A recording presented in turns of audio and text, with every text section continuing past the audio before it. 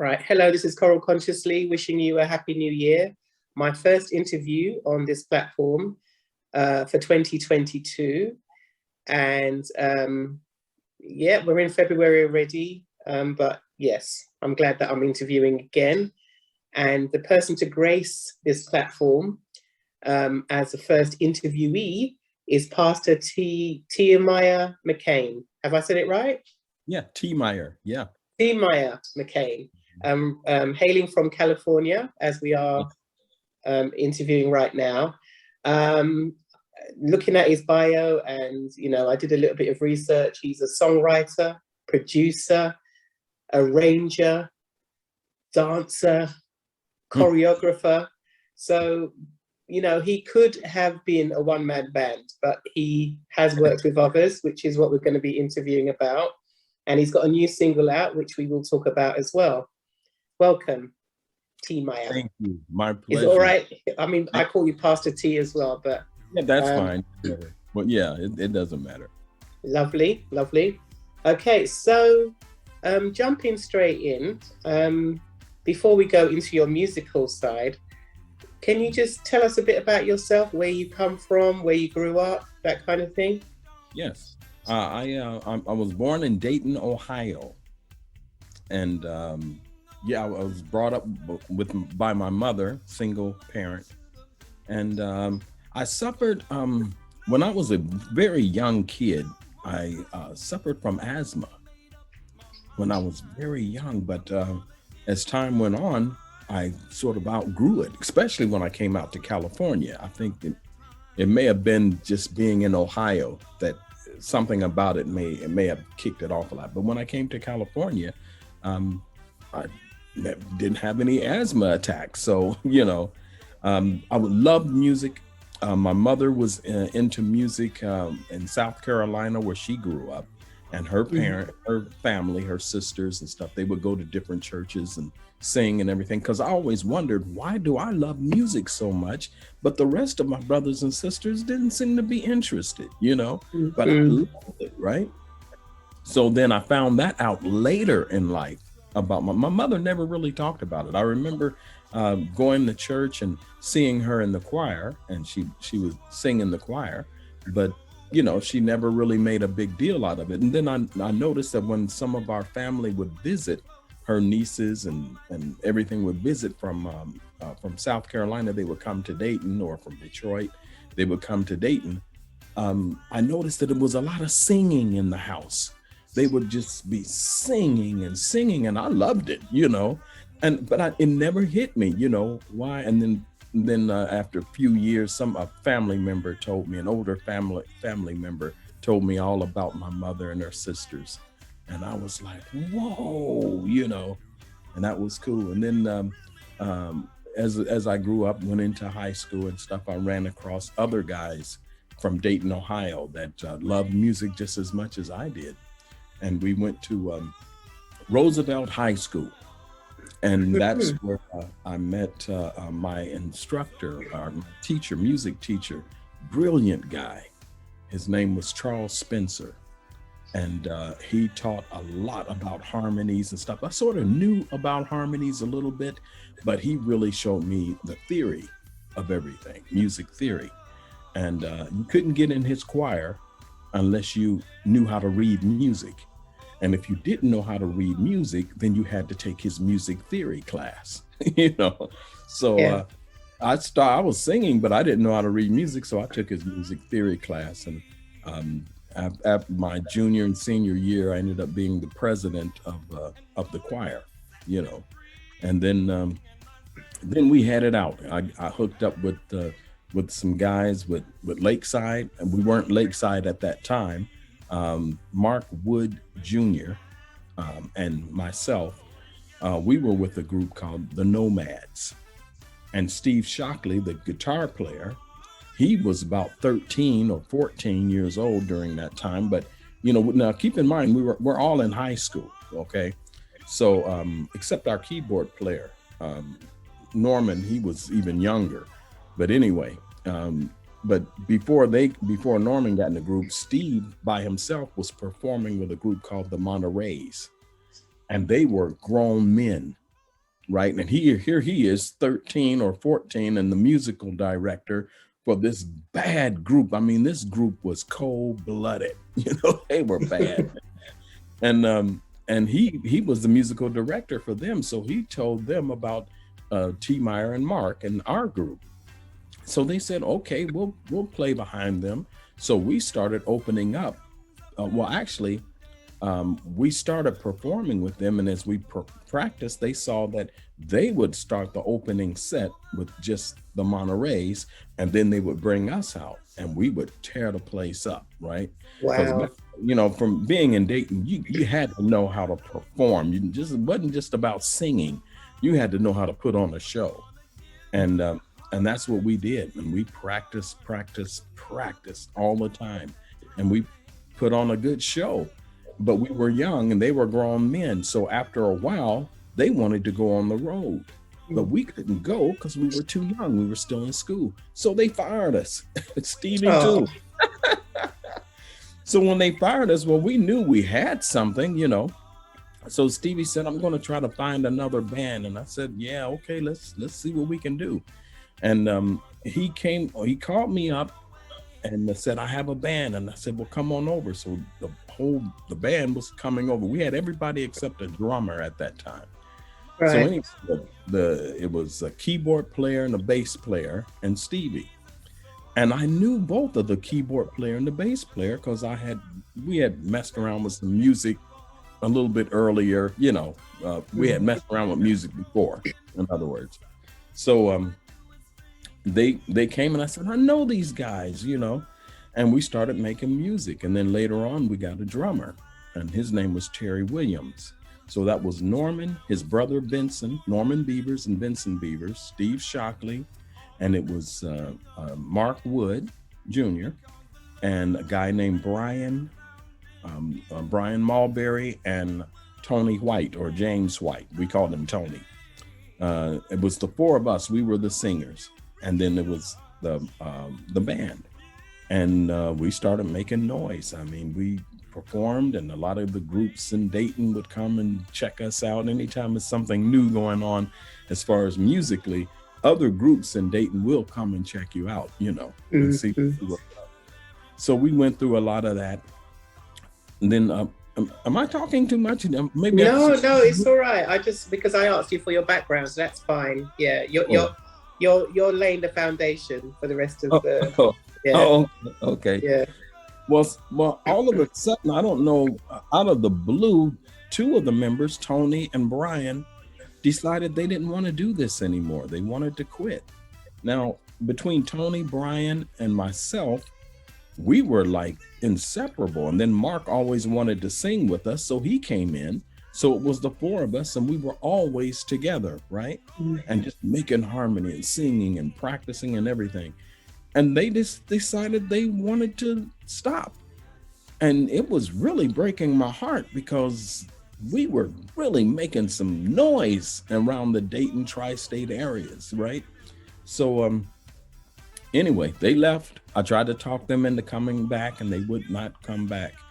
And so we got Thomas Shelby. And I liked that we had Thomas Shelby because he was a choreographer as well. He was a good dancer and very popular in Dayton. And so we got him, and then we got Ricky Abernathy. Well, before we got Ricky, actually, Mark's sister joined the group. Right. So we were almost like a Gladys Knight and the Pips, but everybody sung lead and everybody sung background, So even Mark's sister got in the background, and she did steps and dancing just like we were, Yeah. And we really started making noise, and I started loving this group. And then her name was Shirley. And then Shirley decided that she wanted to stop and go ahead and continue to pursue her education, right? Because she was a little older than us, and she was already in college. We were in high school. So she left the group. So now we needed a singer. Well, Ricky Abernathy came back in town. All right. So we said, okay, we got it. So it was Ricky. So we were set. We were ready to go. And we went through a few changes with different record companies. We were with Curtom Records for a minute with Curtis Mayfield and really? Wow. Yeah. Then something happened with that, and the guy that hooked us up with Curtom Records, he left Curtom Records and started his own. And this was in Chicago. He started his own label called Lakeside Express. And because that's what I was going to ask you. What was the name of the group you were performing at the time before Lakeside? We were the Young Underground. Right. Okay. The four of us was called the Nomads, the singers. And then when we joined forces, we just said, okay, we'll be the Young Underground, because the band was Young Underground and the Nomads, but we joined forces and we became the Young Underground. Okay. And, but the guy that hooked us up, his name was Eddie Thomas, and he wanted to change the name. So we went through a few names and we didn't like it. And since he was starting this Lakeside Express label that was in Chicago, on near Lakeshore Drive, all that in Chicago, and he wanted us to be Ohio Lakeside Express. Well, actually, we kind of came up with that ourselves because he wanted some form of Lakeside. Yeah. As far as us being Lakeside. And the only reason we kind of agreed to that was because we, as children, we used to go to the Lakeview Palladium. And the Lakeview Palladium, it was by the lake, and it was called Lakeside. The whole amusement park was called Lakeside. So we always went there to see acts, or perform, professionals and stuff. And that just made us want to do it that much more. So that kind of related to home.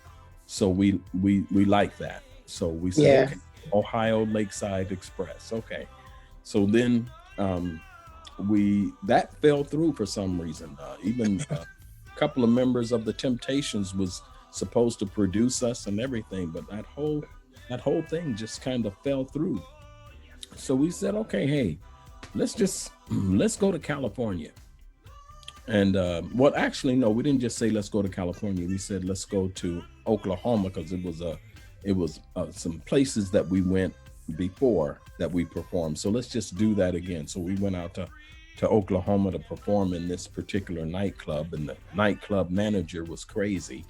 He, this guy, I mean, he was off the chain. I found out later that mess jumped off with one of our members and his wife, and so that's what made him go crazy, right?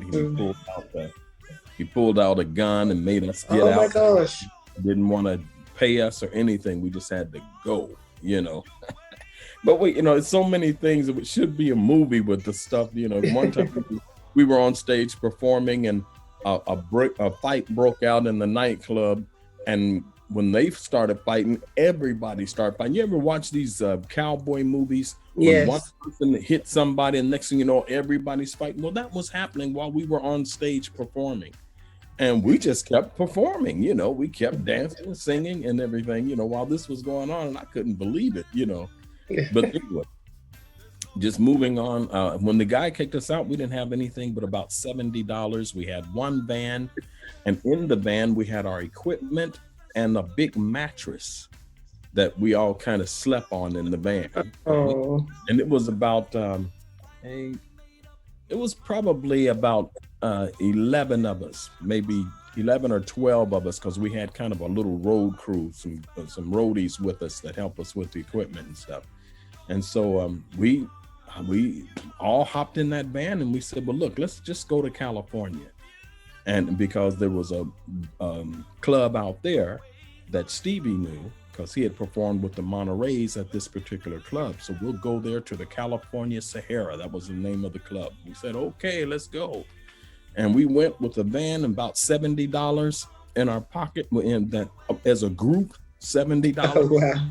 And between 11 people. Yeah. So we went out there, and it was slow at first. We went to California Sahara. The place was empty. I mean, it wasn't happening like it used to, it used to. And here we are, we were there. So all we had to do was practice. So we just practiced while we were there.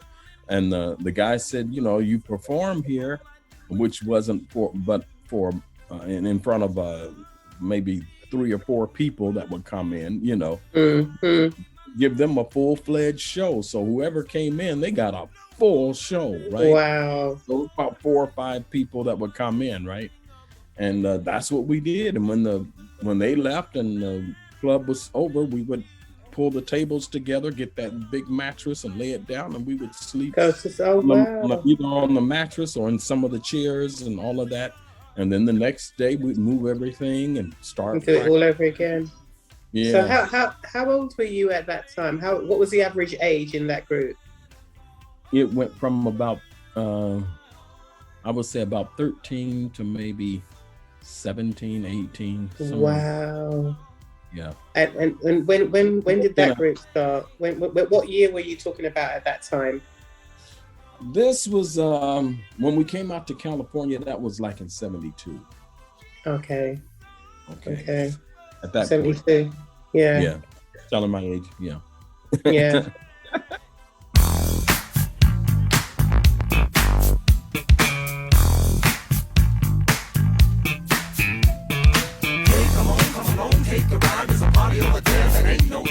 It's live, it's all the way live. Don't even have to walk, don't even have to drive. Just slide, slippity slide. Just forget about the troubles and your 9 to 5 and just sail on. That's what you do, just sail on. Now the dude's so funky, hey, what do you think? What is it called? It's called a Lakeside stank. Come along and ride on a fantastic voyage. I'm the captain of this vessel. We wanna take you on a cruise all around the land. Music is at hand. We wanna play it for you. Right, so I listened, to the songs. I listened to Fantastic Voyage. Yeah. And all I wrote down killer bass line, the bass line, because I'm a bass person. I love bass. Oh, okay. That was a heavy bass line. So who came up with Fantastic Voyage? Who came up with the idea or the? That's funny with Fantastic Voyage. It has all of us down as writers because actually all of us took part in this. Yeah. And it came by accident, actually, because a lot of times when we would go to rehearsal, now when you talk about Fantastic Voyage, we're moving up ahead now. All right. Oh, no. Okay. Let's go back. Okay. So let's go from the table with the mattress. Carry on. So sorry. Oh, okay. So with the table and the mattress and all of that. So finally, a couple of members of the group decided that they would go to just go out and see if whatever other clubs or what's going on in Los Angeles. So we came across a club called It was gosh, I can't think of the name of this club now. It slipped my mind. Citadel, I believe that was the name of it. And that place was popping. People was all, they were there and it was popping. So they went to the manager of the club and they said, look, we have a group. Can we come in and perform? And the guy, he was reluctant. So they said, well, listen, we'll perform this week for free. And if you like us, hire us for the next week. Yeah, good deal. And of course, we knew we was going to, do it because we were going to throw down. It was almost like Survivor. It's surviving, Yeah. So we performed and turned the place out. There was like, who are these people from back east, right? And so we tore the joint up. He hired us. We performed again. Then word got out about this group, Ohio Lakeside Express, and we started getting gigs. But the main thing that kicked us off with that really made us popular was when we performed at this place called Mavericks Flat. Okay. And that place was really popular with the college scene, with all the people in the city, and everybody went to Mavericks Flat. And that ended up being almost our home because we started performing there all the time. And we would have lines outside around the corner with people trying to get in to see Lakeside perform, because we really put a lot into our shows. Yeah. And they loved it, And then we got the attention of Norman Whitfield with Motown and Frank Wilson with Motown. And and they wanted and Dick Griffey also, and they wanted us to be with them. Frank wanted to produce us. Norman Whitfield wanted to produce us. At this time, Dick Griffey, he was a big, powerful promoter. I mean, you couldn't even get on the set of a all throughout the country. I mean, any place you wanted to perform, if another promoter came up and they wanted to put on a show in Chicago, Detroit, wherever, they had to go through Dick Griffey, because he was the man. And if he says it's okay, then it's okay, you know. So he was a very well-known promoter, and he was starting to work his way into the recording, into the record business. And so anyway, these people wanted to produce us, and so we went with Frank Wilson and started working with him with Motown.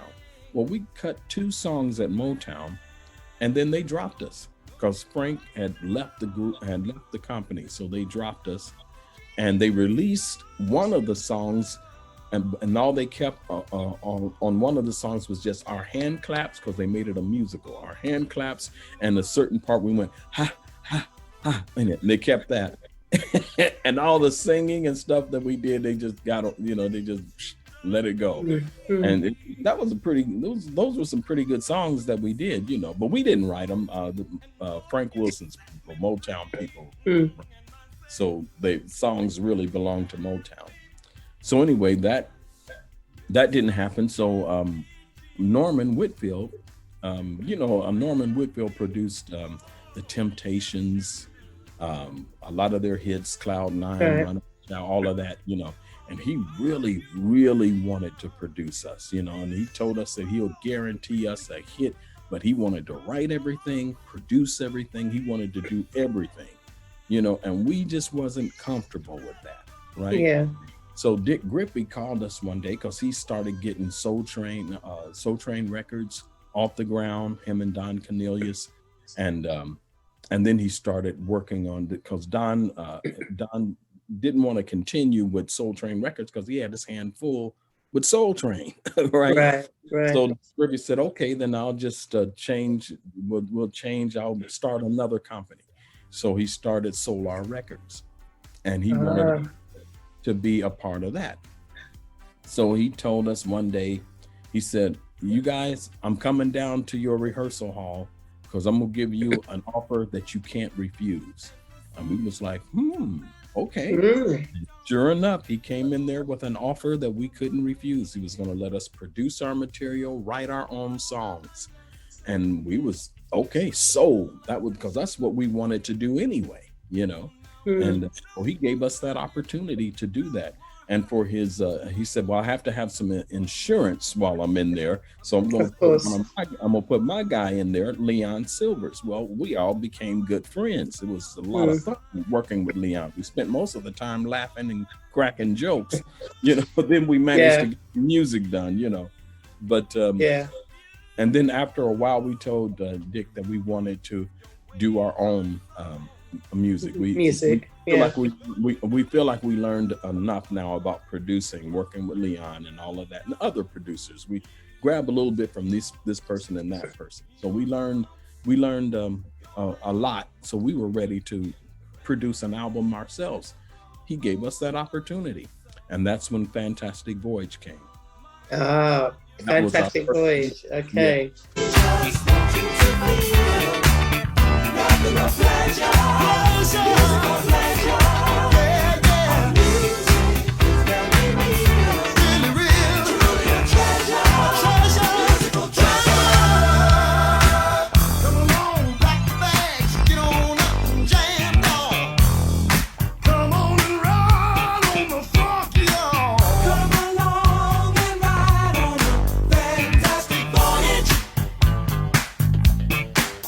We're the directors of this cruise ship.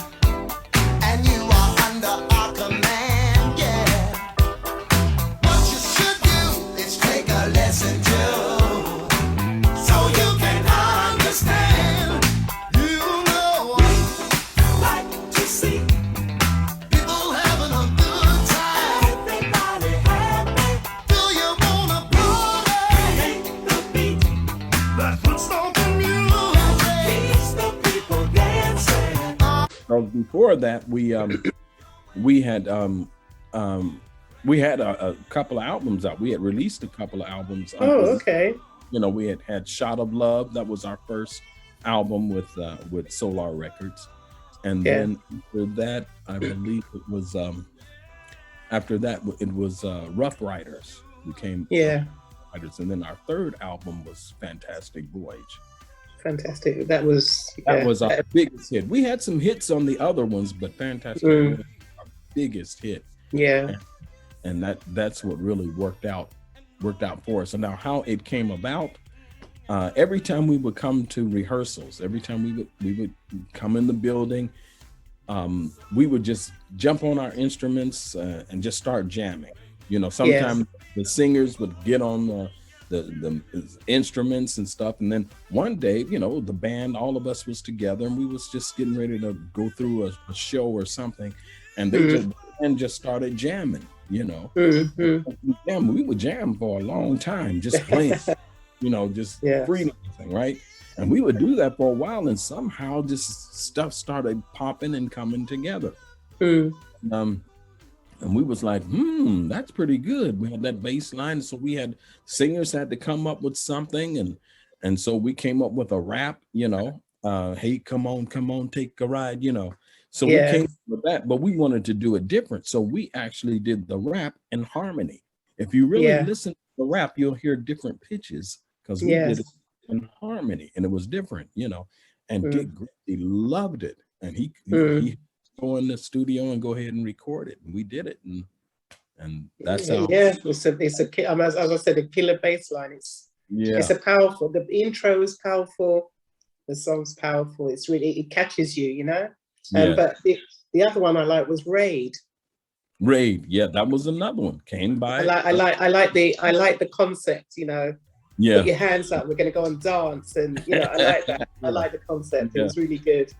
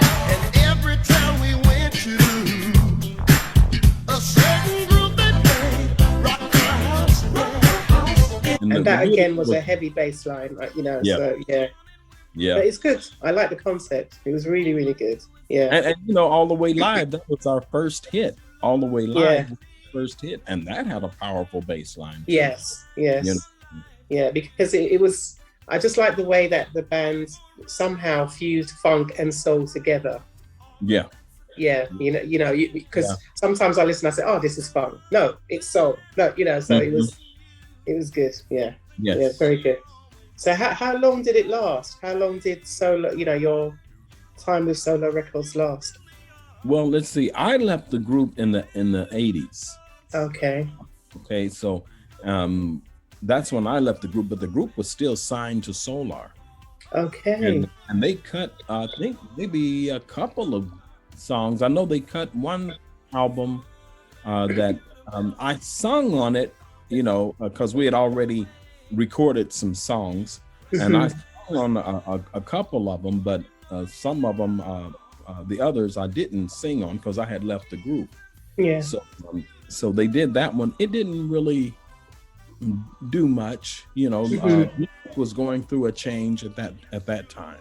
You know, and then they tried to cut another one, and that didn't particularly work either. So, you know, but they still kept performing. They still kept performing. Even, you know, even today, even they're not today. They're still performing. Excellent. Excellent. Well, they call themselves. They kind of split up. The Mark Wood Jr., the guy who started Lakeside with me, you know, and Stevie. Mark left the group and formed another Lakeside. Oh wow! And then the group that Stevie was with, he had the majority of the Lakeside members. You know, only people was missing with Stevie's Lakeside was Mark and me. So he had the majority of the original members. So they called themselves the original Lakeside. Oh Lord! And they're performing. They're performing, and Mark is performing, and all of that. You know, so they're still okay. I mean, there are a few. There's a few bands that do that anyway. Oh yeah, a lot of bands did. Ohio Players did it. A lot of groups back, you know, back then. Even the Temptations did that too. They had Temptations going at the same time. So yeah, some groups do that. So that's. But there wasn't any animosity or friction between. A little bit, you know, a little bit. But I think they've just gone and start doing their own thing, you know. Yeah, I hear you. Since I've been out of the group. I saw them perform when Mark was still with them. I was out of the group at that time, but I went to see them perform. As a matter of fact, I was out of the group, and Otis Stokes was out of the group too, and we just decided to go see them perform because we heard they were performing somewhere nearby. So we went to see them, and they called us on stage, and we started performing, you know, just like the old days. And then they said, "Look, we're going to the Greek in Los Angeles. So why don't you guys come and perform with us there too?" So we did that. It was a lot of, you know, and we did that, and it was like old time. We had a good time, you know. Yeah. Oh,